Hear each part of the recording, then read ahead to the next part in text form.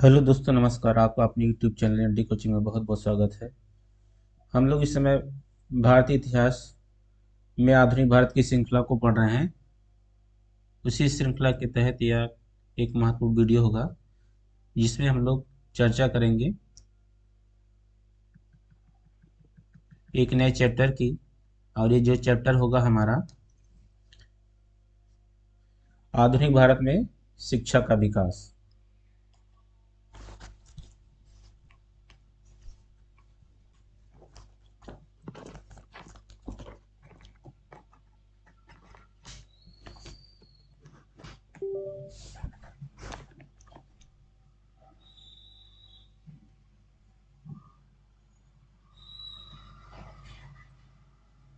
आधुनिक भारत में शिक्षा का विकास, ये 8वां चैप्टर होगा। इसके पहले हम लोगों ने इस श्रृंखला के तहत 1857 की क्रांति और अन्य जन आंदोलन को पढ़ लिया है। तो चलिए देखते हैं। ये पेज नंबर आपका है 454। 454 से लेकर के 460 तक। तो चलिए देखते हैं 454।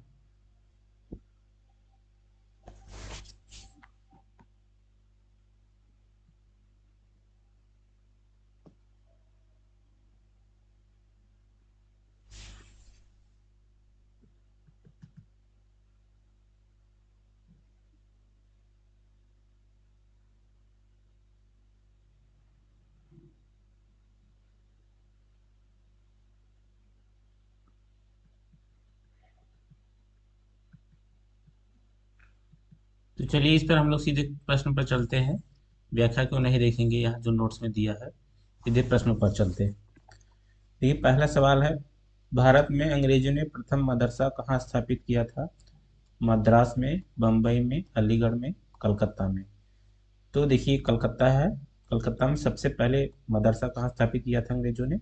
1780 ईस्वी में वारेन हेस्टिंग्स ने कलकत्ता में मदरसा की स्थापना की थी। एशियाटिक सोसाइटी ऑफ बंगाल के संस्थापक कौन थे? तो sir William Jones. Sir William Jones के द्वारा ही एशियाटिक सोसाइटी ऑफ बंगाल की स्थापना की गई थी। व्याख्या देख लेते हैं इसकी। 1784 ईस्वी में हेस्टिंग्स के सहयोग पर सर विलियम जोन्स ने एशियाटिक सोसाइटी ऑफ बंगाल की स्थापना की ताकि एशिया के सामाजिक तथा प्राकृतिक इतिहास, पुरातत्व संबंधी कला, विज्ञान तथा साहित्य का अध्ययन किया जा सके। 1791 ईस्वी बनारस के ब्रिटिश रेजिडेंट जोनाथन डंकन के प्रयत्नों के फलस्वरूप बनारस में एक प्रथम संस्कृत कॉलेज खोला गया। देखिए अगला सवाल आ ही गया है। वाराणसी में प्रथम संस्कृत महाविद्यालय की स्थापना किसने किया था? तो जोनाथन डंकन ने किया था। कब किया था? तो ये 1791 ईस्वी में।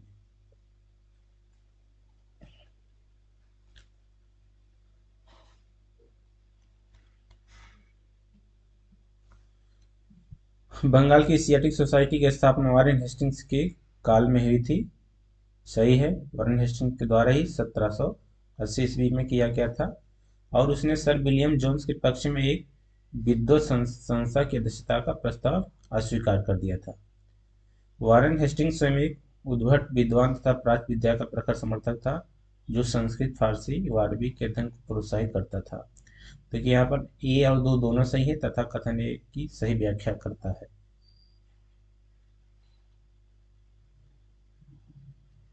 इसमें हम लोग व्याख्या नहीं पढ़ेंगे। निम्नलिखित में से किसी पेरिस की रॉयल एशियाटिक सोसाइटी की सदस्यता प्रदान की गई? पेरिस की रॉयल एशियाटिक सोसाइटी की सदस्यता प्रदान की गई किसको? तो माइकल मधुसूदन दत्त को प्रदान किया गया। पेरिस की रॉयल एशियाटिक सोसाइटी की सदस्यता माइकल मधुसूदन दत्त को प्रदान किया गया। ला society institute the Asian society की स्थापना 1822 ईस्वी में की गई थी।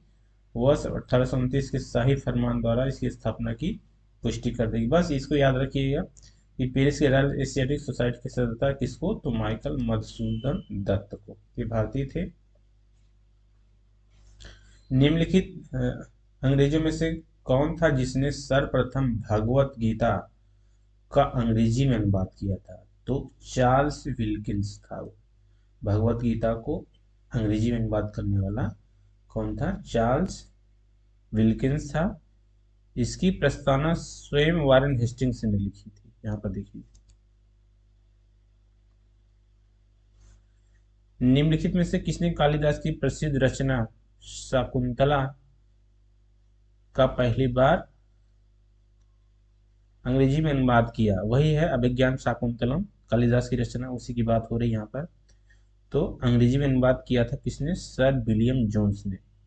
सर विलियम जोन्स ने ही ये सबसे पहले जो है पहली बार अंग्रेजी में अनुवाद किया था अभिज्ञान शाकुंतलम।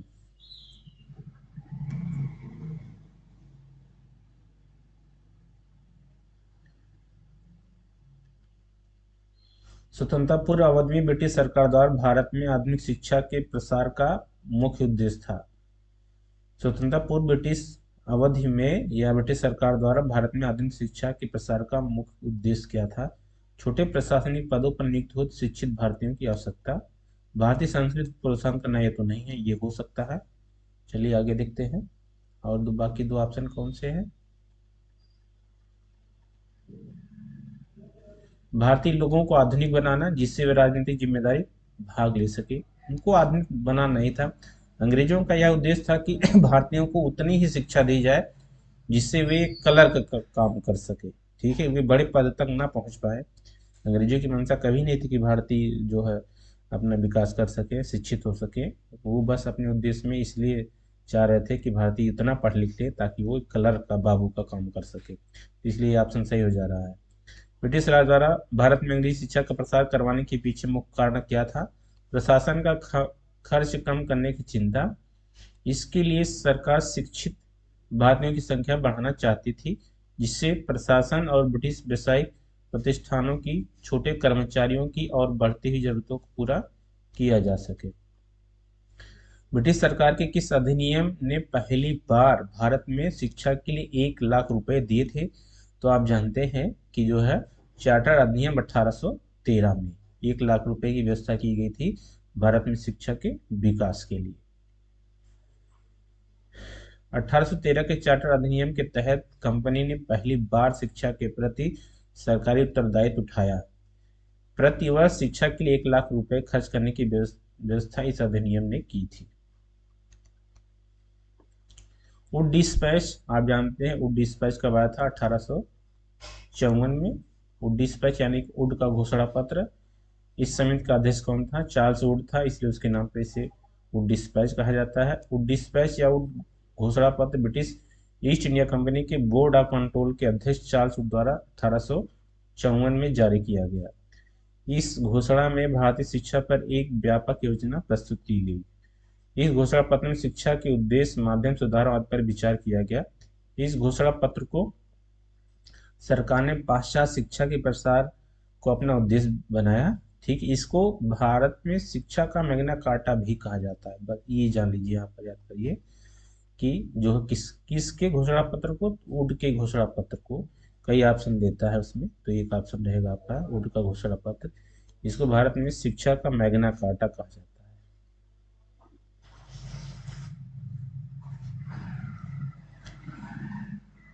इस घोषणा पत्र के अनुसार लंदन विश्वविद्यालय के आधार पर कलकत्ता, बम्बई और मद्रास प्रेसिडेंसी में एक एक विश्वविद्यालय की स्थापना की व्यवस्था की जाए, क्योंकि उस समय 3 प्रेसिडेंसी थे। कहाँ पर? बम्बई, मद्रास और कलकत्ता। किस विश्वविद्यालय की तर्ज पर? लंदन विश्वविद्यालय की तर्ज पर। इसमें इस बात पर बल दिया जाए कि सरकारी शिक्षण संस्थानों में दी जाने वाली शिक्षा धर्मनिरपेक्ष हो। शिक्षा के क्षेत्र में निजी प्रयत्नों को प्रोत्साहित करने के लिए अनुदान सहायता की व्यवस्था चलाने की सिफारिश भी इसमें की गई। चार्ल्स वुड का आदेश पत्र निम्नलिखित में से किससे संबंधित था? तो ये शिक्षा से संबंधित था। वही बात वहां पर लिखा गया। हंटर कमीशन, तो हंटर कमीशन कब आया था? 1882 ईस्वी में आया था। हंटर कमीशन शिक्षा पर ही था। रिपोर्ट में विकास पर विशेष जोर दिया गया।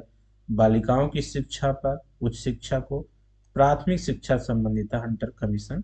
इसने प्राथमिक शिक्षा पर अधिक बल दिया, तकनीकी शिक्षा। 1854 ईस्वी में पश्चात शिक्षा के क्षेत्र में ही प्रगति की समीक्षा करने के लिए 1882 में लॉर्ड रिपन ने डब्ल्यू हंटर की अध्यक्षता में प्रथम भारतीय शिक्षा आयोग, इसको प्रथम भारतीय शिक्षा आयोग भी कहा गया है, नियुक्त किया गया। इस आयोग की रिपोर्ट में प्राथमिक शिक्षा के सुधार एवं विकास पर विशेष जोर दिया गया। प्रथम भारतीय शिक्षा आयोग की नियुक्ति किसने और किस वर्ष की थी? तो यही हो गया आपका लॉर्ड रिपन ने 1882 में।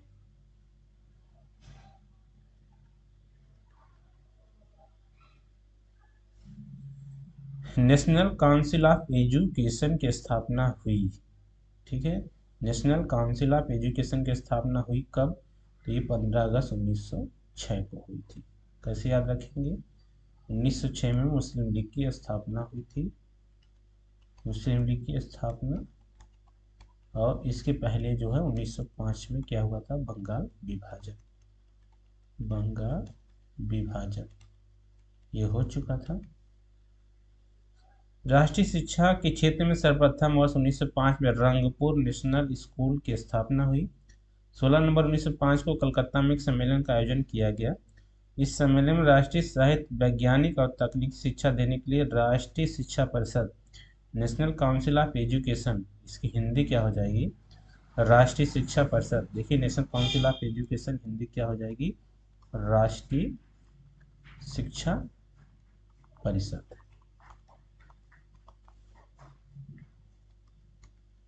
स्थापना 15 अगस्त 1906 को।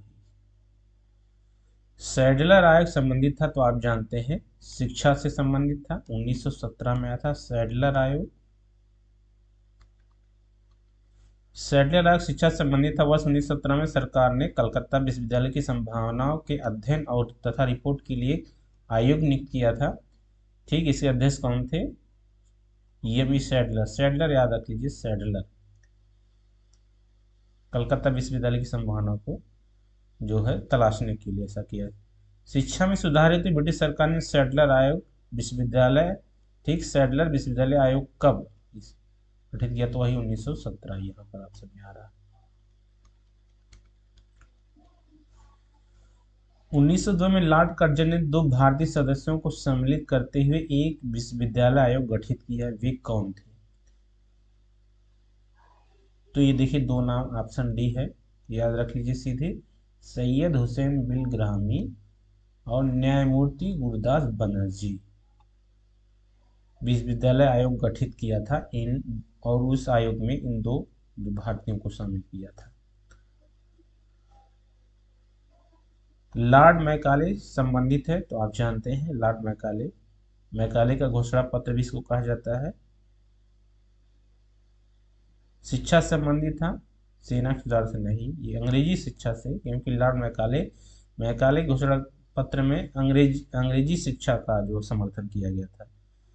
भारतीय शिक्षा पद्धति में भाषा संबंधी विवाद पर अपना विवरण देने के लिए विलियम बेंटिक, उस समय क्या था? गवर्नर जनरल था कलकत्ता का, ने अपनी काउंसिल की विधि सदस्य, ये कानूनी सलाहकार या कानूनी सदस्य था, ठीक है, लॉर्ड विलियम बेंटिक का। लॉर्ड मैकाले को लोक शिक्षा समिति का प्रमुख नियुक्त किया गया। मैकाले ने भारत में शिक्षाहित अंग्रेजी भाषा का समर्थन किया था। प्राच्य और पाश्चात्य भाषा, आप जानते होंगे कि प्राच्य और पाश्चात्य भाषा से संबंधित विवाद था कि प्राच्य शिक्षा को बढ़ावा दिया जाए कि पाश्चात्य शिक्षा को बढ़ावा दिया जाए, उससे संबंधित था। तो इसने जो पाश्चात्य शिक्षा के बारे में जो सलाह दिया था कि नहीं, अंग्रेजी माध्यम में शिक्षा होनी चाहिए। भारत में औपनिवेशिक काम में अधोमुखी निस्यंदन, इसको फिल्ट्रेशन सिद्धांत भी कहा जाता है, फिल्ट्रेशन थ्योरी। यानी कि जब, इसका मतलब ये है कि जब उच्च वर्गों को शिक्षा दिया जाएगा तो धीरे धीरे वही शिक्षा निम्न वर्गों तक भी पहुंचेगी, इससे निम्न वर्ग भी शिक्षित हो जाएंगे। यही निस्यंदन सिद्धांत है। किससे संबंधित? तो शिक्षा संबंधित है, आप जानते हैं। अधोमुखी निस्यंदन सिद्धांत यही है कि शिक्षा के क्षेत्र से संबंधित है। इस शिक्षा का अर्थ यह है कि समाज के उच्च वर्ग को ही शिक्षा दी जाए, इस वर्ग से छन छन कर शिक्षा का असर जन सम्मान तक पहुंचेगा। मैकाले का कहना था सीमित साधनों से समस्त जनता को शिक्षित करना असंभव है। भारतीय शैक्षणिक नीति में फिल्ट्रेशन थ्योरी यही है, निस्यंदन सिद्धांत। तो कौन है ये? Lord Macaulay.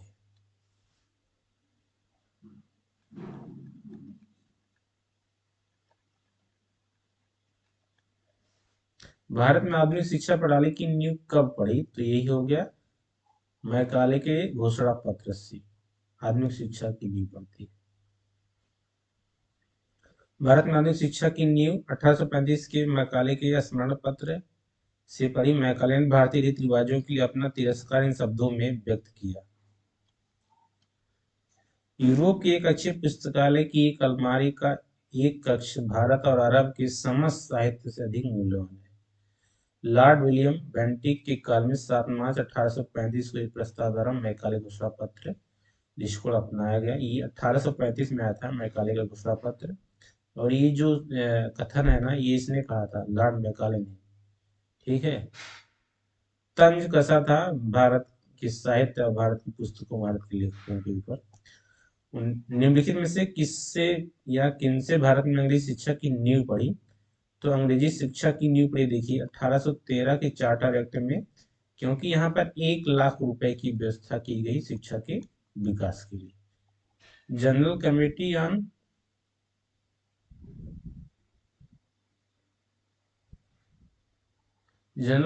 On public instruction 1823, प्राच्यविद एवं आंग्ल विद शिक्षा विभाग। ठीक है, तो ये कौन सा आपका हो जाएगा? ये हो जाएगा यही जो आपका आता है कि मैकाले का घोषणा पत्र ही आता है। तो यहाँ पे देखिए तीनों है, तीनों से जो है भारत में अंग्रेजी शिक्षा की नींव पड़ती है। डी ऑप्शन दे रहा है यहाँ पर, तीनों।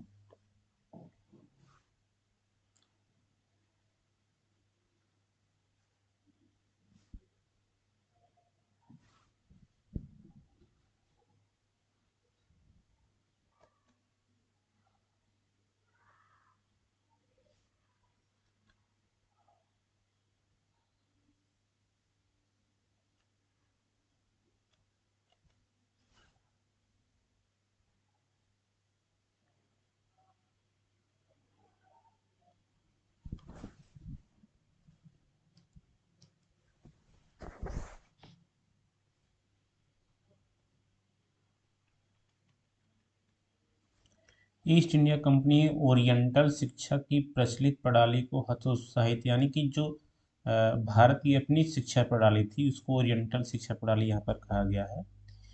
उसी को कहा जाता है प्राच्य शिक्षा प्रणाली। ठीक है ना, की प्रणाली हतोत्साहित करने के लिए, यानी कि इसको जो है आप कह सकते हैं प्रकार से इसको कहीं ना कहीं नष्ट करने के लिए ये सरकार, जो अंग्रेजी सरकार भारतीय शिक्षा प्रणाली को नष्ट करना चाहती थी और जो है पाश्चात्य शिक्षा प्रणाली को वो जो प्रोत्साहित करना चाहती थी।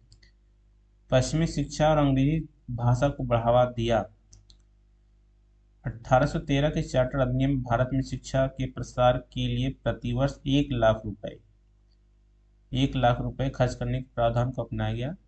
1823 में general committee of public instruction का गठन किया गया, जिसकी जिम्मेदारी शिक्षा के लिए 1 लाख रुपए देने की थी। समिति में 10 यूरोपीय सदस्य शामिल थे। इसके बाद governor general lord William Cavendish Bentinck 1828 से 35 का कार्यकाल है। 1835 को लॉर्ड मैकाले के प्रस्ताव को स्वीकृत कर भारत में अंग्रेजी को उच्च शिक्षा का माध्यम मान लिया गया। भारत में आंग्ल शिक्षा के समर्थकों का नेतृत्व मुनरो, क्योंकि जो विवाद हुआ था ना प्राच्य और पाश्चात्य शिक्षा, तो प्राच्य शिक्षा का जो समर्थन था ना वो मुनरो एम एल्फिंस्टन थे, जबकि एस टी प्रिंसेप प्राच्य शिक्षा। ठीक है, प्राच्य शिक्षा को कौन चाहता था? प्रिंसेप चाहता था कि प्राच्य शिक्षा को प्रोत्साहन मिले। ठीक है, जबकि मुनरो और एल्फिंस्टन ये दोनों चाहते थे कि पाश्चात्य शिक्षा यानी अंग्रेजी शिक्षा को जो है प्रोत्साहन मिले, बढ़ावा मिले। अगला सवाल है, किसके शासनकाल में भारत में अंग्रेजी शिक्षा आरंभ की गई? यही हो जाएगा लॉर्ड विलियम बेंटिक।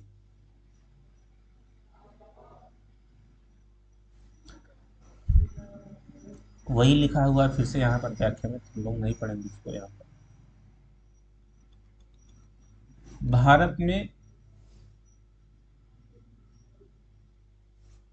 भारत में प्रथम 3 विश्वविद्यालय कलकत्ता, मद्रास, बम्बई की स्थापना किस वर्ष में की गई? तो ये कब की गई? 1857 में।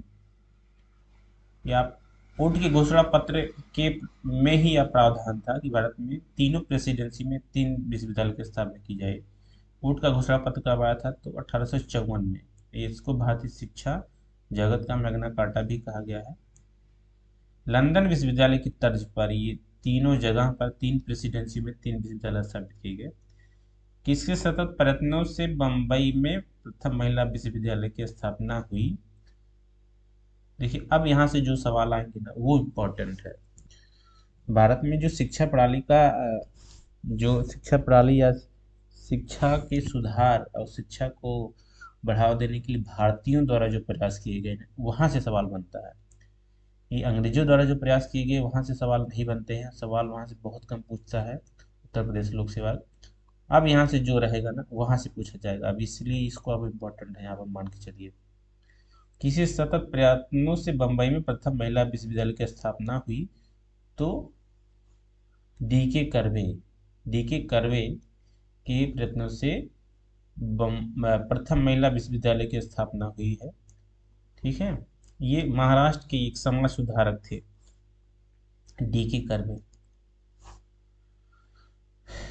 डी के कर्वे नाम याद रखिएगा, मोस्ट इम्पोर्टेंट है। सतत प्रयत्नों से वर्ष 1916 में, कब? 1916 में ये बंबई में स्थापित किया गया था। 1916 में बीएचयू की भी स्थापना हुई थी मदन मोहन मालवीय द्वारा वाराणसी में, बनारस हिंदू विश्वविद्यालय। ये महाराष्ट्र के समाज सुधारक एवं सामाजिक कार्यकर्ता थे। आप ऐसे कनेक्ट करके याद कर लीजिएगा, जिस वर्ष बीएचयू की स्थापना हुई उसी वर्ष बम्बई में प्रथम महिला विश्वविद्यालय की स्थापना हुई थी।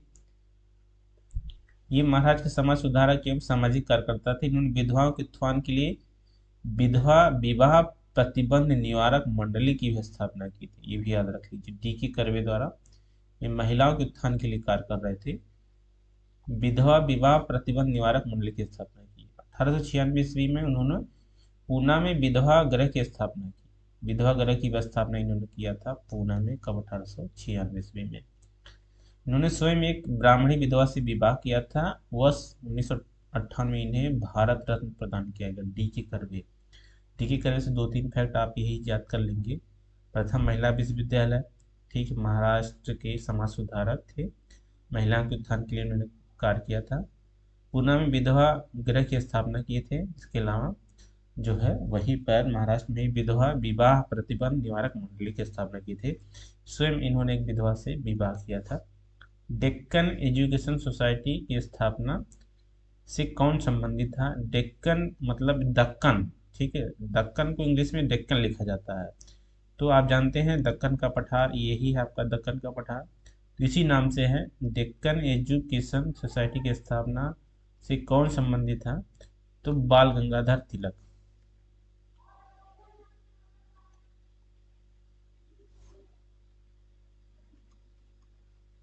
डेक्कन एजुकेशन सोसाइटी की स्थापना 1880 ईस्वी में मूलतः न्यू इंग्लिश स्कूल के प्रारंभ के साथ पुणे में की गई थी तथा 1884 ईस्वी में डेक्कन एजुकेशन सोसाइटी औपचारिक रूप से गठित की गई। इस संस्था के संस्थापकों में पी के चिपलुंकर, बीजी तिलक, एम बी नाम जोशी, गोपाल गणेश आगरकर प्रमुख थे। जस्टिस रानाडे इस सोसाइटी के संस्थापक नहीं थे बल्कि 5 संरक्षकों में से एक थे। निम्नलिखित कॉलेज में सर्वप्रथम किसकी स्थापना हुई थी? तो 4 ऑप्शन है।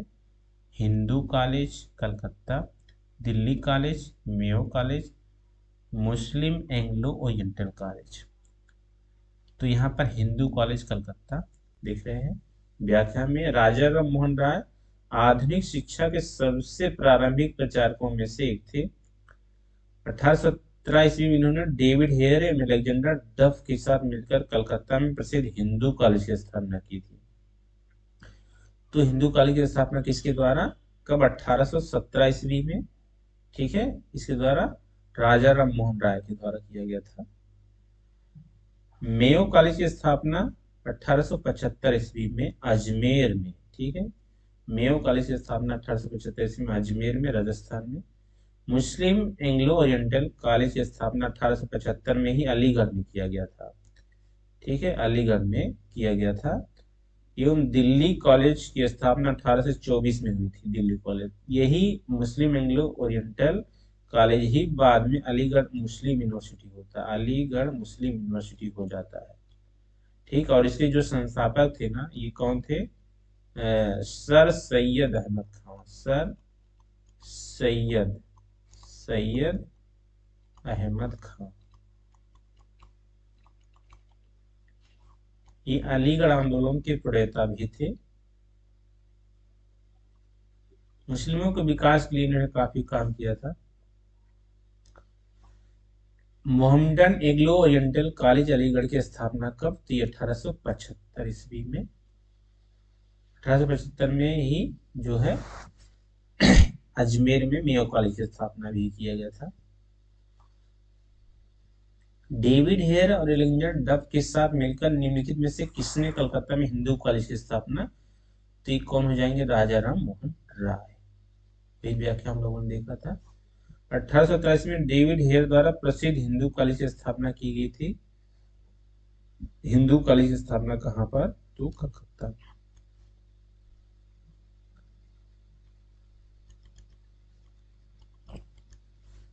भारत में औपनिवेशिक शासन के दौरान शैक्षणिक संस्थाओं के संदर्भ में निम्नलिखित कथनों या युगों पर विचार कीजिए।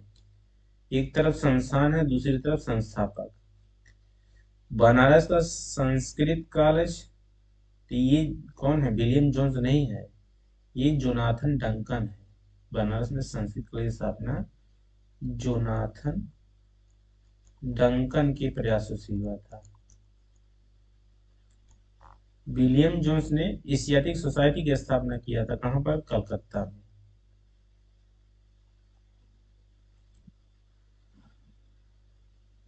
कलकत्ता मदरसा की स्थापना वारेन हेस्टिंग्स ने किया था। फोर्ट विलियम कॉलेज की स्थापना आर्थर विलेजली, नहीं ये भी गलत है। तो यहाँ पर दो केवल सही है। यहाँ पर देखिए दो। बनारस का संस्कृत कॉलेज जोनाथन डंकन 1791 ईस्वी में। कलकत्ता मदरसा वारेन हेस्टिंग्स 1780 ईस्वी में। Fort William college Lord Richard कोले विलेजली। ठीक है, ये दूसरा है। देखिए आर्थर विलेजली है और ये जो है लॉर्ड रिचर्ड कोले विलेजली है, 1800 ईस्वी। देखिए ये लॉर्ड विलेजली वही है। ठीक है, उस समय क्या था? भारत का गवर्नर जनरल था ये।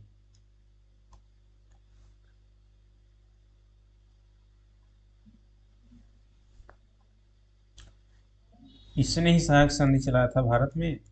सहायक संधि, सहायक संधि को आरंभ करने वाला गवर्नर जनरल कौन था? ये लॉर्ड वेलेजली था। ठीक है, और इसी सहायक संधि के द्वारा इसने कई भारतीय राज्यों को ब्रिटिश साम्राज्य में मिलाया था।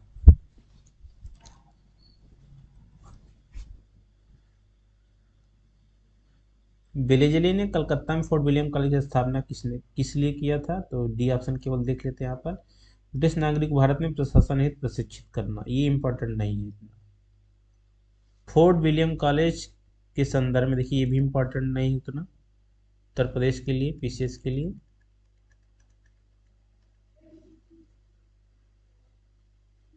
निम्नलिखित में से किसने भारतीय विश्वविद्यालयों को धार्मिक शिक्षा के लिए प्रबल रूप से वकालत किया?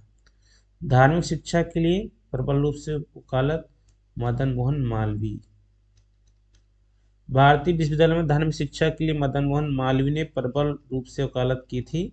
मदन मोहन मालवीय अग्रणी राष्ट्रवादी तथा देशभक्ति व आरंभ में एक स्कूल अध्यापक और बाद में व्यवसाय से वकील रहे। ठीक है, इन्हीं के द्वारा ही तो बनारस हिंदू विश्वविद्यालय की स्थापना किया था।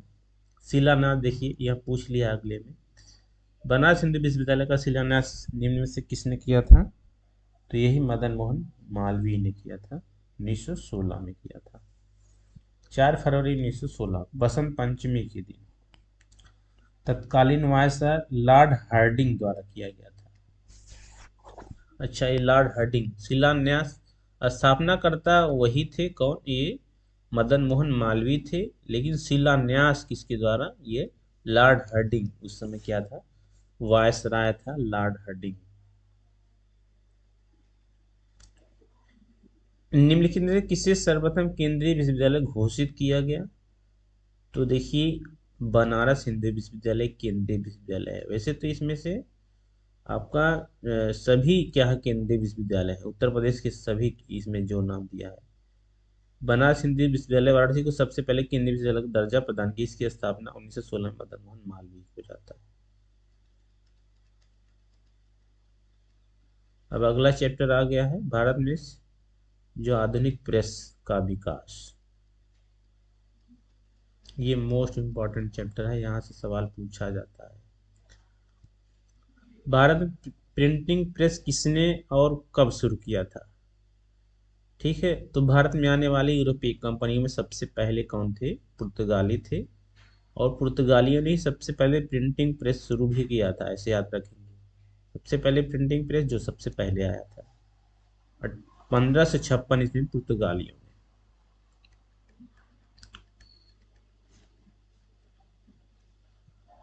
गोवा में शुरू किया था प्रिंटिंग प्रेस। कहाँ पर? गोवा में। भारत का पहला समाचार पत्र था कौन? बंगाल गजट। कौन था ये? बंगाल गजट। भारत का पहला समाचार पत्र बंगाल गजट था।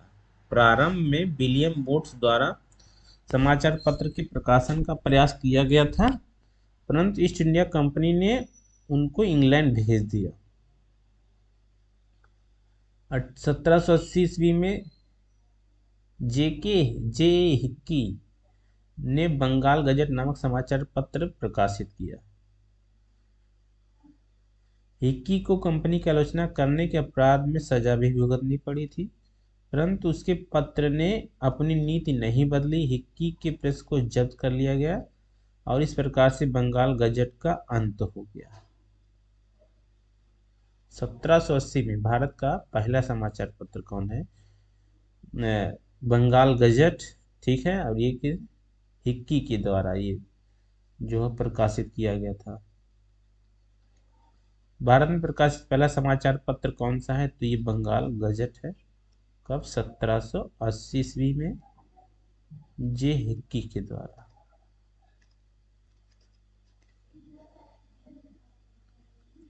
निम्न से किसने सर्वप्रथम प्रेस सेंसरशिप लागू किया? तो ये बेलेजली था।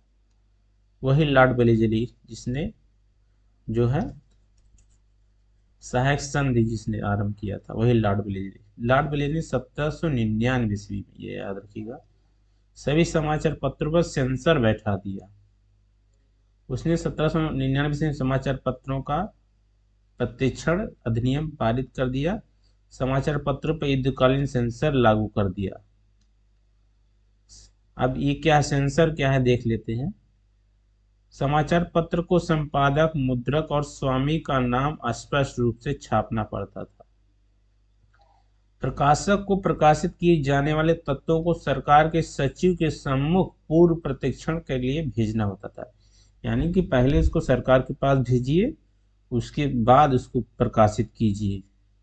बिना सरकार की अनुमति के आप प्रकाशित नहीं कर सकते। यही उस समय सेंसरशिप था। ठीक है, लॉर्ड बेलेजली ने कब? 1799 ईस्वी में भारत समाचार पत्रों पर सेंसरशिप लगाना। 1878 का वर्नाक्यूलर प्रेस एक्ट किसने रद्द कर दिया? तो ये रद्द किया था लॉर्ड रिपन ने रद्द किया था। देखिए, जो लॉर्ड लिटन था उसने ही लागू किया था।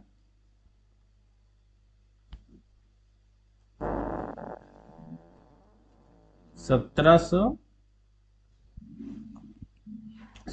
छिहत्तर से 1780 ये लॉर्ड लिटन का कार्यकाल है। उसके बाद आता है लॉर्ड रिपन। कौन आता है? Lord Ripon. ये 1780 से 1784 ये इसका कार्यकाल है। ठीक है, ये 17 नहीं है, ये 18 है। सॉरी, क्षमा करिएगा। 1876 से 1880। ठीक है, और फिर 1880 से 1884 ये लॉर्ड रिपन का कार्यकाल है।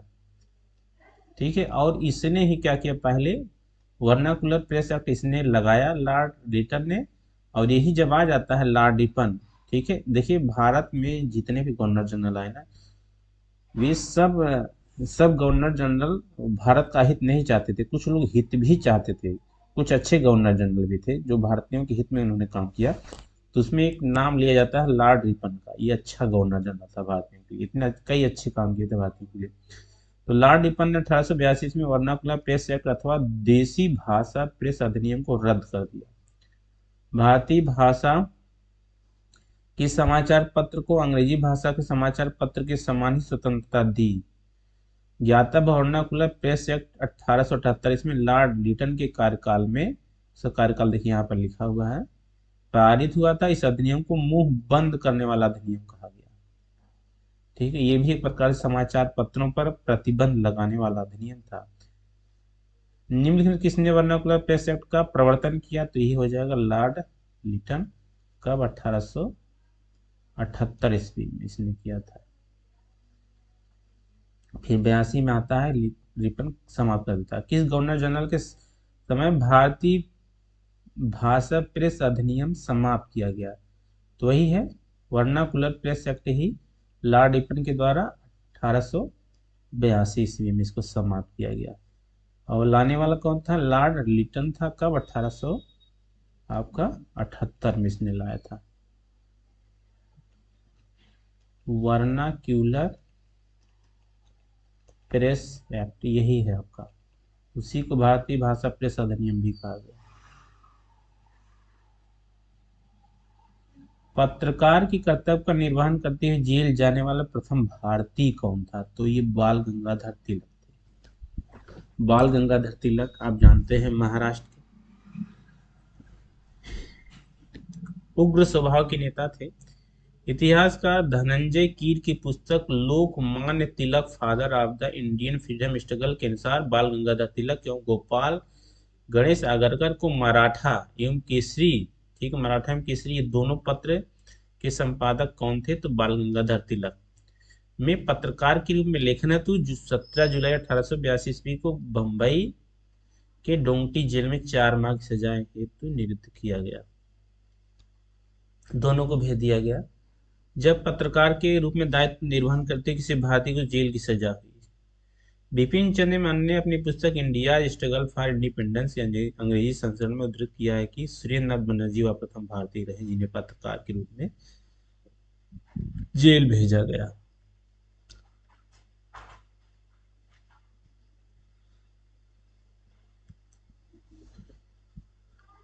अमेरिका में फ्री हिंदुस्तान अखबार किसने शुरू किया? तारकनाथ दास ने फ्री हिंदुस्तान अखबार शुरू किया। तारकनाथ दास ने।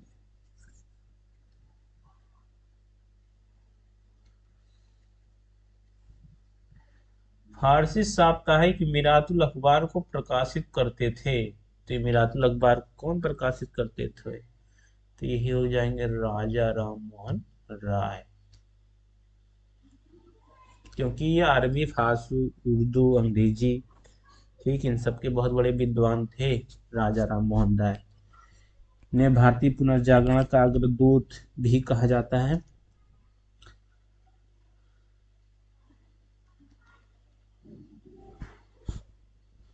राजा राम मोहन राय ने विचारों को प्रेस के माध्यम से प्रचारित एवं प्रसारित किया। दिसंबर 1821 में उन्होंने बांग्ला साप्ताहिक संवाद कौमुदी, ठीक है, उनकी भी एक ये जो साप्ताहिक पत्रिका है संवाद कौमुदी, किस भाषा में? बांग्ला, अथवा प्रज्ञा का चांद प्रकाशन आरंभ किया। इसके एक वर्ष पश्चात उन्होंने फारसी भाषा में एक अन्य साप्ताहिक समाचार पत्र मिरातुल अखबार या बुद्धि दर्पण का प्रकाशन किया। चाहे मिरातुल अखबार कहिए या उसको कहिए बुद्धि दर्पण। जॉन एडम जब गवर्नर जनरल था तब 1823 में उसने भारतीय प्रेस पर पूर्ण प्रतिबंध लागू कर दिया। लाइसेंस के बिना प्रकाशन करने पर 400 रुपये जुर्माना, कारावास का दंड दिया जा सकता था। बस वही लिखा गया कि बाद में जो है ये मिरातुल अखबार बंद हो गया।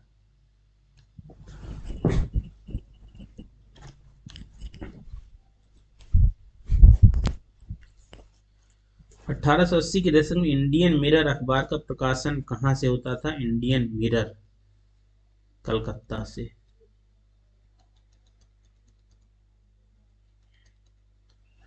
इंडियन मिरर अखबार का प्रकाशन कलकत्ता से होता था। इसकी स्थापना देवेंद्रनाथ टैगोर तथा मनमोहन घोष को है।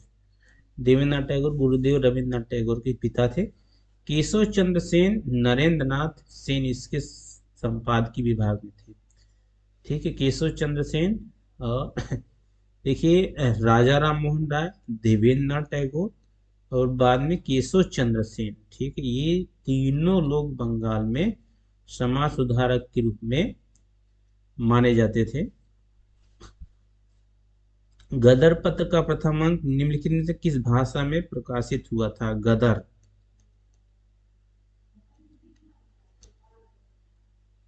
देखिए गदर एक आंदोलन भी चला था, उसी से संबंधित ये गदर पत्र भी है, उर्दू भाषा में।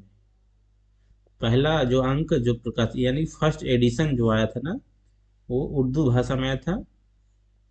बाद में यह गुरुमुखी में भी छपने लगा।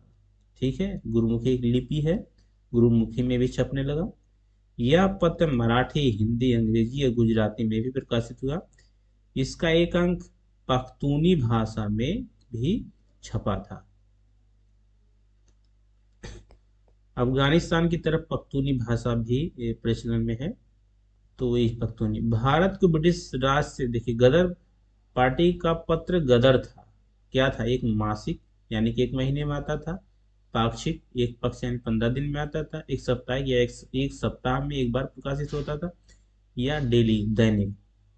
तो ये साप्ताहिक था गदर पार्टी का। देखिए हमने बताया ना गदर पार्टी का।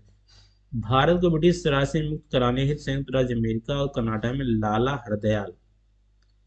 हरदयाल, सोहन सिंह भाकना और करतार सिंह, तीन नाम, ये सब जुड़े थे किससे? गदर आंदोलन से।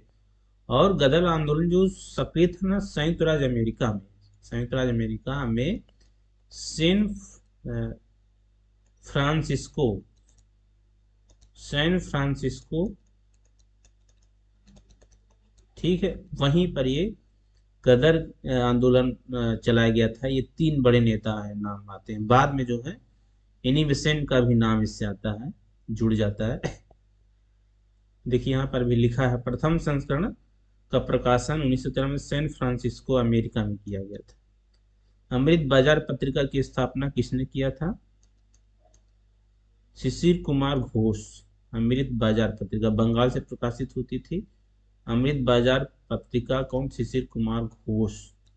1868 ईस्वी में कलकत्ता में, बंगाली में भाषा चूंकि कलकत्ता से प्रकाशित होती थी। 1878 ईस्वी में देसी भाषा प्रेस अधिनियम, वही जब लागू हुआ था, वर्नाकुलर प्रेस अधिनियम जब लागू हुआ था ना, कौन? लॉर्ड लिटन के कार्यकाल में 1878 में।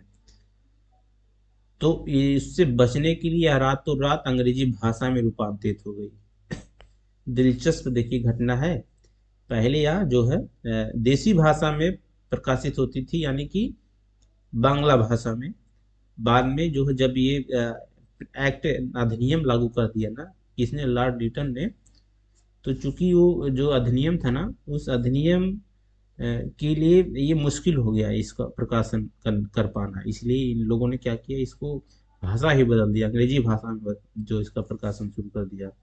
क्योंकि अंग्रेजी भाषा में प्रकाशन करने से उस अधिनियम में कोई अड़चन नहीं आती, कानून का उल्लंघन नहीं हो पाता, इसलिए ऐसा किया गया। गिरीश चंद्र घोष ने बंगाली का प्रकाशन 1862 में, जो बंगाली, यहाँ पर देखिए गिरीश चंद्र घोष नाम आए, इन्होंने बंगाली का प्रकाशन किया था। 1879 ईस्वी में सुरेंद्र नाथ बनर्जी ने ले लिया। हिंदू पैट्रियट की स्थापना गिरीश चंद्र घोष ने, हिंदू पैट्रियट। बाद में हरिश्चंद्र मुखर्जी इसके संपादक रहे। ठीक है, हरिश्चंद्र मुखर्जी। वही जो हम लोगों ने पढ़ा था कि नील विद्रोह ना, नील विद्रोह के बारे में खूब लिखा था इन्होंने, हरिश्चंद्र मुखर्जी ने हिंदू पैट्रियट में लिखा था। अभी जो हम लोगों ने इसके पहले वाले वीडियो में चर्चा किया था, नील आंदोलन या नील विद्रोह।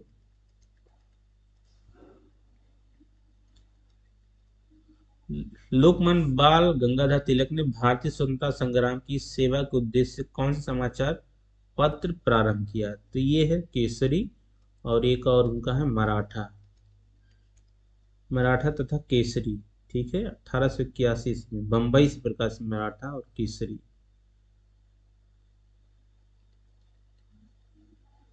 क्रांतिकारी काल की निम्नलिखित लोकप्रिय पत्रिकाओं में से कौन अनेक कारणों से कांग्रेस की आलोचना करती थी? तो बंगवासी, काल, केसरी, ये सभी उपयुक्त, क्योंकि जब ये प्रकाशन होता था ना केसरी का ना, केसरी और मराठा, तो उस समय बाल गंगाधर तिलक चूंकि उग्रवादी नेता थे, उग्र स्वभाव के थे, और ये जो कांग्रेस में जो बड़े लीडर थे ना, बड़े नेता उस समय नरम दल वाले नेता, उनका विरोध करते थे ये। तो जाहिर सी बात है ये अपने पत्रिकाओं में भी वही बात लिखते थे। बंगवासी उदारवादी नीतियों की आलोचना करती थी, देखिए यहाँ पर लिखा भी गया है। किन समाचार पत्रों ने भारतीय स्वतंत्रता संग्राम के काल में क्रांतिकारी आतंकवाद की वकालत की थी? तो ये तीनों संध्या, युगांतर, काल, डी ऑप्शन मान रहा है, तीनों है। क्रांतिकारी क्योंकि ये जो है उदारवादी नीतियों की ये भी तीनों पत्रिकाएं आलोचना करती थी। क्रांतिकारी आतंकवाद की वकालत, संध्या वही लिखा गया यहाँ पर व्याख्या में भी। निम्नलिखित गतिविधियों के साथ कौन सी पत्रिका जुड़ी हुई नहीं थी क्रांतिकारी गतिविधियों के साथ? तो यहाँ पर देखिए संध्या, युगांतर, गदर, ठीक है, ये गदर आप जानते हैं। गदर चूंकि बाद में गदर आंदोलन से इनिवेसेंट जुड़ जाते हैं और उसी से कुछ ना थोड़ा बहुत मिला जुला स्वभाव रहता है इनका भी, बाल गंगाधर तिलक का। तो ये तीन तो हैं जो उग्र स्वभाव की जो क्रांतिकारी थे ना, उनके द्वारा कहीं ना कहीं प्रकाशित किया जा रहा था। यंग इंडिया ये नहीं है, ठीक। यंग इंडिया के जो संपादक थे कौन थे? गांधी जी थे यंग इंडिया, क्योंकि गांधी जी उग्र आतंकवाद या क्रांतिकारियों का समर्थन नहीं करते थे। यंग इंडिया पत्रिका क्रांतिकारी गतिविधियों के साथ जुड़ी नहीं थी। यंग इंडिया पत्रिका का संपादन महात्मा गांधी ने किया था। एक देखिए यहाँ पर न्यू इंडिया है, न्यू इंडिया, एक न्यू इंडिया पत्रिका भी है, ठीक। तो ये न्यू इंडिया एनी बेसेंट के द्वारा, एनी बेसेंट, एनी बेसेंट के द्वारा प्रकाशित किया था। न्यू बेसेंट का एक और पत्रिका है कॉमनवील, कॉमन व्हील, ये दो पत्रिकाएं हैं पूछी जाती न्यू इंडिया। जबकि यंग इंडिया किसकी है? गांधी जी की है। महात्मा गांधी अहिंसक आंदोलन समर्थक थे। वर्ष 1913 में लाला हरदयाल और सोहन सिंह भाकना ने Hindustan Association of the Pacific Coast नामक संस्था की स्थापना की। इस संस्था ने गदर नामक अखबार निकाला, इससे इन संस्था का नाम भी गदर पार्टी पड़ गया। युगांतर इन संध्या पत्रिका भी क्रांतिकारी गतिविधियों से संबंधित थी। सोम प्रकाश समाचार पत्र शुरू किया था किसने? तो ईश्वरचंद विद्यासागर, ठीक। ये भी बंगाल के थे। इन्होंने महिलाओं की शिक्षा, विधवाओं के लिए बहुत सारे प्रयास किए थे। विधवा पुनर्विवाह अधिनियम भी इन्हीं के प्रयासों से पारित हुआ था। बांग्ला साप्ताहिक सोम प्रकाश, ठीक है, बस इनका जान लीजिए, इन्होंने प्रकाशन किया था। नील आंदोलन के बारे में भी इसमें लिखा गया है। निम्न अखबार में से कौन सा मुख्यतया उदारवादियों की नीतियों का प्रचारक था? तो ये उदारवादियों की लीडर, ठीक है, लीडर।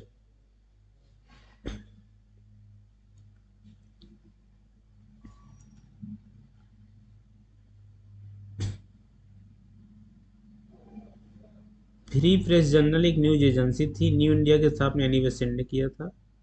लीडर समाचार पत्र में उदारवादी अपनी नीतियों का प्रचार करते थे। इंडियन ओपिनियन पत्रिका के संपादक मनसुख लाल प्रथम, इंडियन ओपिनियन प्रथम कौन थे? मनसुख लाल थे, ठीक है। हालांकि ये पत्रिका का जो ये आरंभ जो किया गया था ना, गांधी जी के द्वारा किया गया था। इंडियन ओपिनियन, ठीक है, इंडियन ओपिनियन जब गांधी जी अफ्रीका में थे तब ये उसका प्रकाशन होता था, अफ्रीका में। इंडियन ओपिनियन महात्मा गांधी द्वारा दक्षिण अफ्रीका से वर्ष 1903 में प्रकाशित किया गया था। प्रथम संपादक मनसुख लाल नजर थे। वह नटाल कांग्रेस के सचिव थे। यह पत्रिका गुजराती, हिंदी, तमिल और अंग्रेजी में प्रकाशित होती थी। महात्मा गांधी द्वारा दक्षिण अफ्रीका में प्रकाशित समाचार पत्र का नाम यही है, द इंडियन ओपिनियन।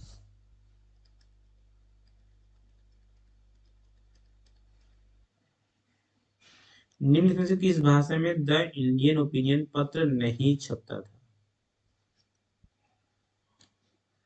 ठीक है, अभी हम लोगों ने देखा कि अंग्रेजी में छपता था, गुजराती, तमिल, हिंदी में छपता था, उर्दू में नहीं छपता था। एक साप्ताहिक के रूप में यंग इंडिया का शुभारंभ किसने किया था? तो आप जानते हैं यंग इंडिया, ठीक है, young India home rule party.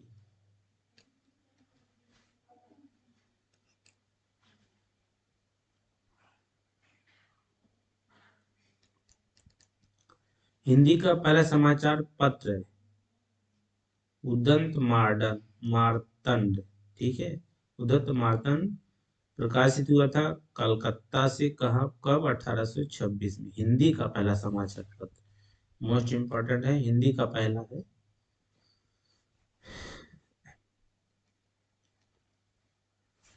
और भारत का पहला समाचार पत्र बंगाल गजट है, हिंदी का पहला है, उदंत मार्तंड, कोलकाता से हुआ था। इसके प्रकाशक एवं संपादक जुगुल किशोर शुक्ल थे। भारतीयों द्वारा अंग्रेजी भाषा में प्रकाशित प्रथम समाचार पत्र था, अंग्रेजी भाषा में प्रकाशित प्रथम समाचार पत्र बंगाल गजट था।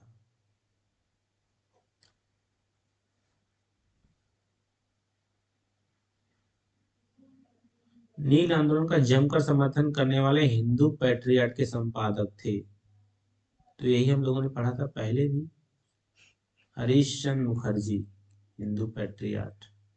नील आंदोलन कब हुआ था?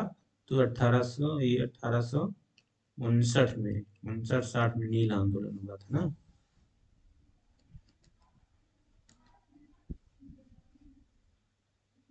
वही इसमें लिखा गया है, लंबा चौड़ा लिखा है, जरूरत नहीं पढ़ने की इसमें।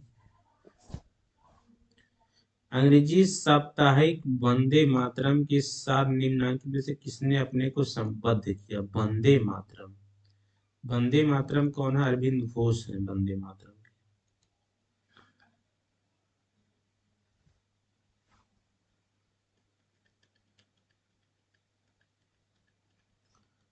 किस अखबार का प्रकाशन पटना से होता था? बीपीएससी का सवाल है, देख लीजिए। बिहार स्पेशल से है, इंडियन नेशन, दरभंगा के महाराजा कामेश्वर सिंह। बीपीएससी में पूछ सकता है सवाल। स्वदेश वाहिनी के संपादक थे के रामकृष्ण पिल्लई। सी ऑप्शन यहाँ पर देखिए, स्वदेश वाहिनी त्रावणकोर, ठीक है, यानी केरल से संबंधित थी ये। अंग्रेजी पत्र इंडिपेंडेंट जुड़ा था, इंडिपेंडेंट, मोतीलाल नेहरू से। इससे मोतीलाल नेहरू से।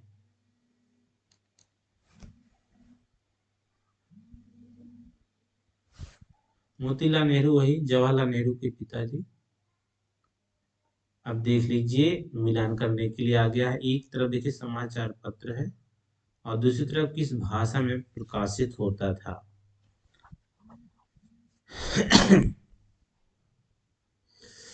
सी ऑप्शन देख लीजिए, इसको जरूर याद रखिएगा, पूछा जाता है। देखिए 2 बार रिपीट किया जा चुका है 12-13 में, फिर से किया जाता है। बस हम लोग यहाँ पे उत्तर सीधे देख लेते हैं क्या है। तो सी है, ए का 3, ठीक, ए का भारत मित्र, ठीक है, हिंदी में है। बी का 4 है राष्ट्रमत, ये मराठी में है। सी का 2 है प्रजामित्र, गुजराती में है। और नायक है जो वो बंगाली में। इसको आप याद कर लिए, भारत मित्र, हिंदी में, राष्ट्रमत आपका मराठी में, प्रजामित्र जो है ये गुजराती में है, और नायक है किसमें ये बंगाली में। ठीक।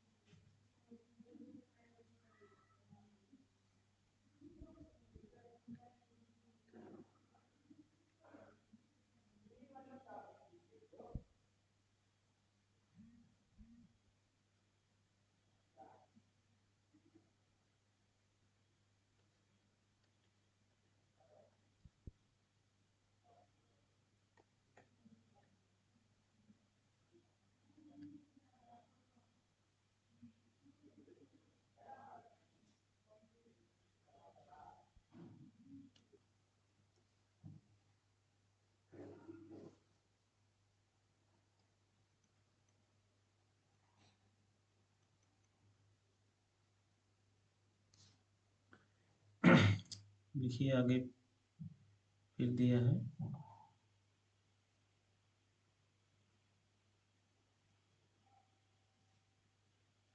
एक तरफ समाचार पत्र दिया, दूसरी तरफ संस्थापक।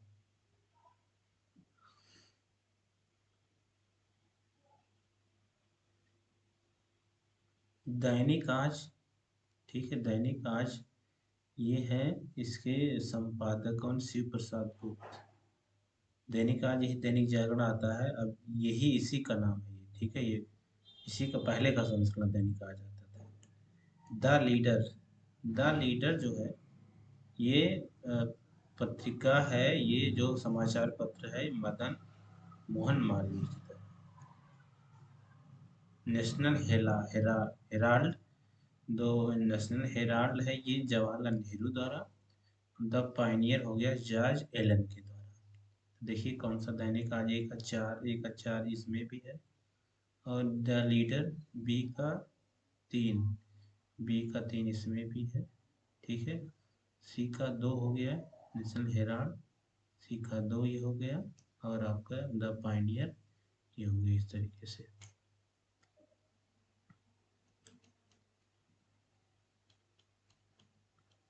कानपुर से प्रकाशित किस समाचार पत्र के माध्यम से विजय सिंह पथिक ने बिजौलिया आंदोलन को समूचे भारत में चर्चा का विषय बना दिया? तो प्रताप, कानपुर से प्रकाशित होता था प्रताप।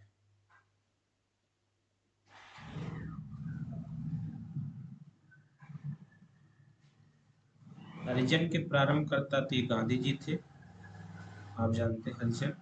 अंग्रेजी में हरिजन बंधु, गुजराती में हरिजन सेवक, हिंदी में।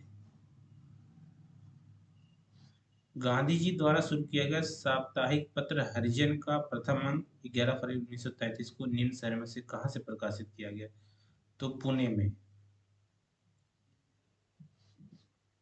1933 में प्रकाशित किया गया था। इस समय गांधी जी यरवदा जेल में थे, पुणे में थे। मराठी पाक्षिक, पाक्षिक मतलब 15 दिन में एक बार आता था, एक पक्ष में। बहिष्कृत भारत, तो बी आर अम्बेडकर, बहिष्कृत भारत ये मराठी भाषा में।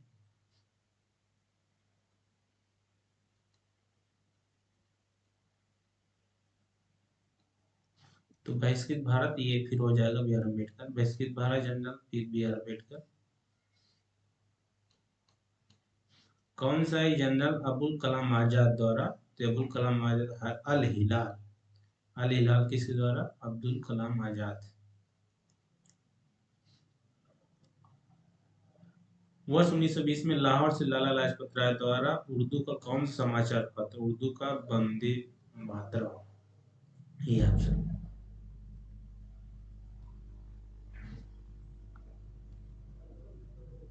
यंग इंडिया लाला लाजपत राय का, ठीक है, लाला लाजपत राय प्रकाशन कर चुके थे। आगे देखिए, एक तरफ समाचार पत्र है, दूसरी तरफ संपादक, ठीक है। तो चलिए देख लेते हैं सीधे इसकी व्याख्या, नहीं तो टाइम ज्यादा लगेगा।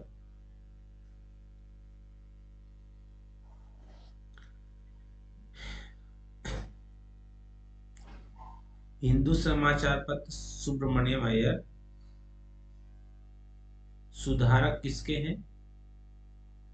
गोपाल कृष्ण गोखले सुधारक के।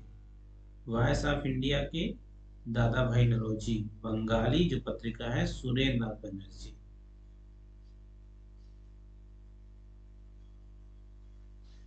तो ये बंगाली हो गया कौन? सुरेंद्र नाथ बनर्जी। ठीक है, बी का एक, बी का एक।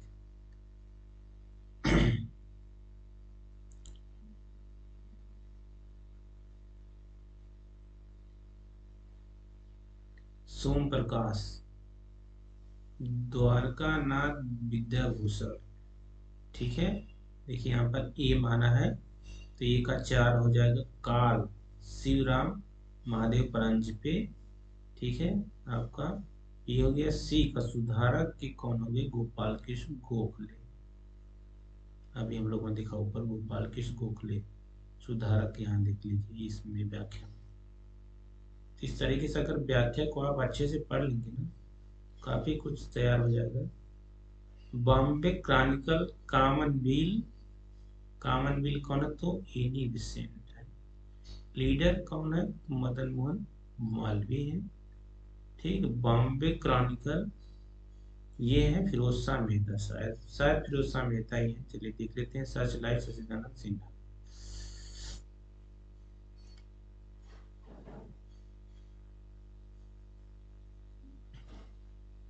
देखिए यहाँ पे लिखा है Bombay Chronicle Firoz Shah Mehta, Searchlight Sachchidananda Sinha द्वारा।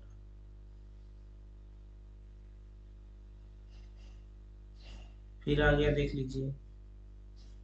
लीडर कौन है? तो आपका मदन मोहन मालवीय, आरंभ करने वाले। ठीक है, बॉम्बे क्रॉनिकल कौन है? फिरोज शाह मेहता है। इंडिपेंडेंस कौन है? तो जवाहरलाल नेहरू है। अभी हम लोगों ने पढ़ा था ऊपर। जस्टिस हो गया कौन? टी.एम. नायर। अबुल कलाम आजाद। ठीक है, अबुल कलाम आजाद कौन? अल हिलाल अभी हम लोगों ने देखा था। बॉम्बे क्रॉनिकल कौन? फिरोज शाह मेहता। एनी बेसेंट देखिए, न्यू इंडिया एनी बेसेंट है। और एक इंडिया कौन है? किसी गांधी जी।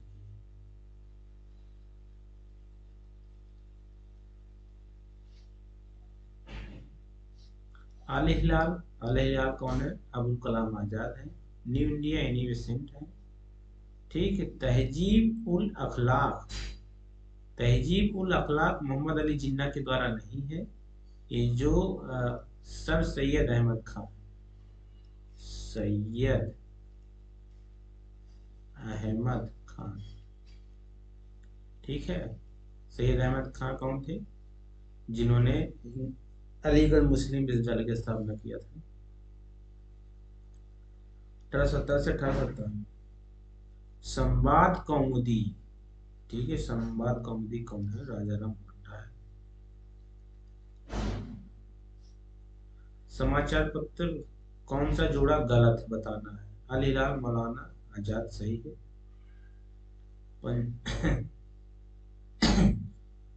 मराठा में केसरी है किसकी? तिलक की है, तो यहाँ मराठा भी हो जाएगा आपका। नेशनल हेराल्ड तो जवाहरलाल नेहरू।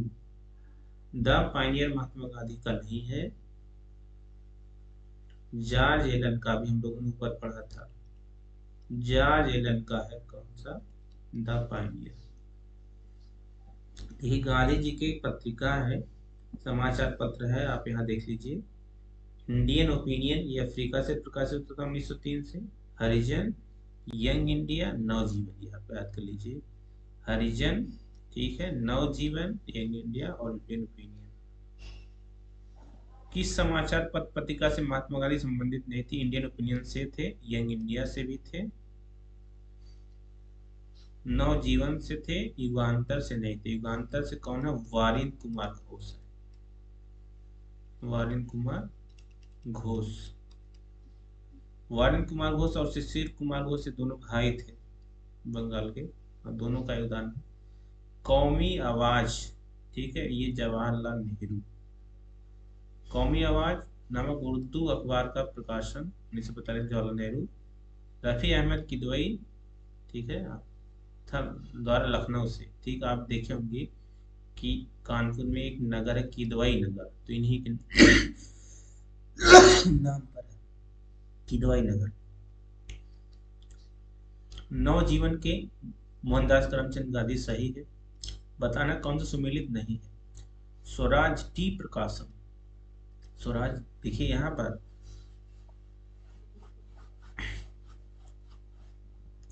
प्रभात, ठीक, प्रभात एनसी केलकर। कौमी आवाज अब्दुल कलाम की नहीं थी, अब्दुल कलाम की क्या थी, अल हिलाल, अल हिलाल थी। कौमी आवाज किसकी, नेहरू की थी। निम्नलिखित में से कौन एक सही सुमेलित है, तो कौन है, महात्मा गांधी, मूक नायक, महात्मा गांधी नहीं थी, मूक नायक। यंग इंडिया, ठीक है, बाल गंगाधर तिलक। यंग इंडिया सही से बताना है, यंग इंडिया के कौन है, ये गांधी जी हैं। एनी बेसेंट कॉमनवेल्थ, ये सही है, कॉमनवेल्थ। और एक और है न्यू इंडिया, एनी बेसेंट की। बी आर अम्बेडकर, केसरी नहीं, केसरी किसकी है, केसरी तिलक की है, ठीक। मूक नायक किसकी है, बी आर अम्बेडकर। तो समाचार दर्पण मिरातुल अखबार एक तरफ, ये समाज सूची, एक सूची से दो से मिला रहा है। मिरातुल अखबार कौन है, तो राजा राम मोहन राय। यंग इंडिया कौन है, महात्मा गांधी है। केसरी कौन है, तिलक है। समाचार दर्पण कौन है, तो जेसी मार्समैन हो जाएगा, एक ही बचा है।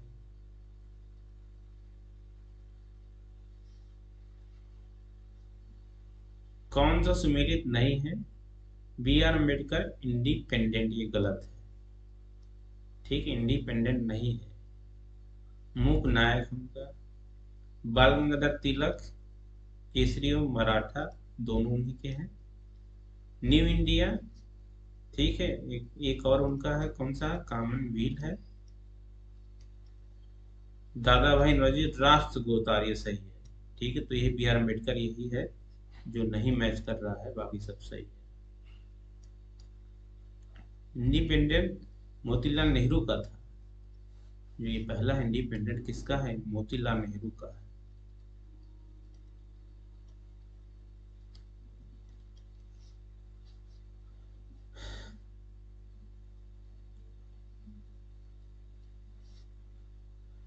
देखिए, एक तरफ समाचार पत्र या पत्रिका दिया, दूसरा कहाँ से प्रकाशित होती थी, यूपी का सवाल है। देखिए, पीसीएस प्री 2022 का भी जल्दी सवाल पूछा था,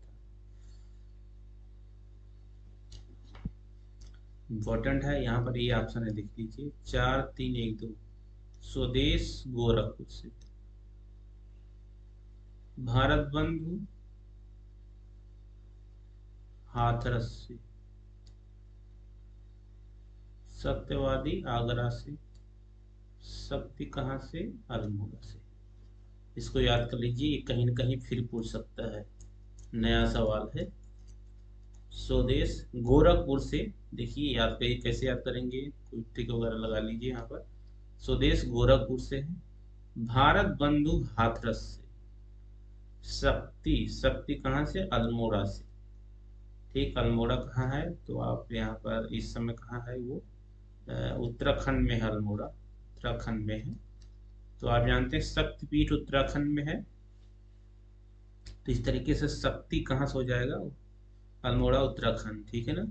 सत्यवादी आगरा, सत्यवादी आगरा, आप कैसे याद करेंगे, आगरा के रहने वाले थे अटल बिहारी वाजपेयी, ठीक है, वो अटल थे, सत्य के प्रतीक थे, अटल थे, सत्य बोलते थे, तो इस तरीके से वहां पर सत्यवादी हो जाएगा, ऐसे याद कर लीजिए, कोई भी ट्रिक लगा करके।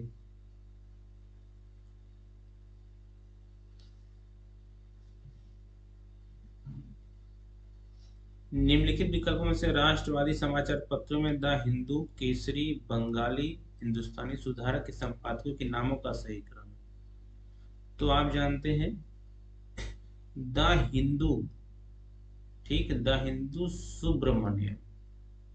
देखिए, केसरी आप जानते हैं, केसरी कौन है, तो तिलक है। तो दूसरे नंबर पर केसरी होना चाहिए। देखिए दूसरे नंबर पर क्या है, सूर्यनाथ बनर्जी पहले, दूसरे पर केसरी नहीं है, इस गलत हो गया ऑप्शन। पहले पर यहाँ हो गया तिलक, इसलिए ये भी गलत हो गया। दूसरे पर इसमें देखिए तिलक है, इसलिए ऑप्शन सही लग रहा है। इसमें भी तिलक है। ठीक है, अब आगे देखते हैं। हिंदुस्तानी सुधारक, ठीक, सुधारक ये कौन थे, हम लोगों ने पढ़ा था, ये गोखले थे। यानी कि चौथे नंबर पर आना चाहिए गोखले को। देखिए गोखले, सूर्यनाथ बनर्जी यहाँ पर देख रहा है। दो ही ऑप्शन में हमको देखना है, सी और डी में से। तो यहाँ पर देखिए ये वाला हो रहा है, इस तरीके से यहाँ पर डी ऑप्शन राइट हो जाएगा। ऐसे आप लगा लीजिए। ये किसी भी क्वेश्चन पर अगर आप मंथन करेंगे ना, तो कहीं ना कहीं सही के करीब जरूर पहुंच जाएंगे। द हिंदू, सुब्रमण्यम अय्यर, केसरी बाल गंगाधर तिलक, बंगाली सुरेंद्रनाथ बनर्जी, हिंदुस्तानी गंगा प्रसाद वर्मा, सुधारा Gopal Tilak, Annie Besant, new India, new India. ठीक है, सही कौन, सही सुमेलित क्रम में बताना है। एनी बेसेंट का ये क्या है, एनी बेसेंट का न्यू इंडिया है, यंग इंडिया नहीं है। यंग इंडिया किसका है, यंग इंडिया गांधी जी का है।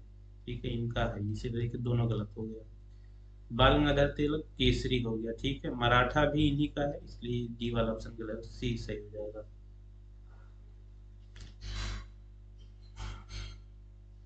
निम्न में इन्हीं बेसेंट द्वारा निकाले जाने वाले दो अखबार कौन थे, तो कॉमनवेल्थ हो गया और न्यू इंडिया। दो, एक और दो, ये ऑप्शन। कॉमनवेल्थ, फिर वही पूछा इन्हीं बेसेंट। सही जोड़े बनाइए था नीचे दिए कोड से सही उत्तर चुनिए। ठीक, तो यहाँ न्यू इंडिया कौन है, न्यू इंडिया देखिए, न्यू इंडिया में ये नाम नहीं आ रहा है, इनका क्या नाम है, जो थी एनी बेसेंट का नाम नहीं आ रहा।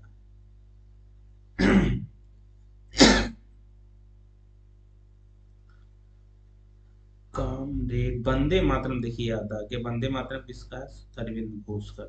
तो बी का 3 मिला लीजिए, बी का 3 ये है और बी का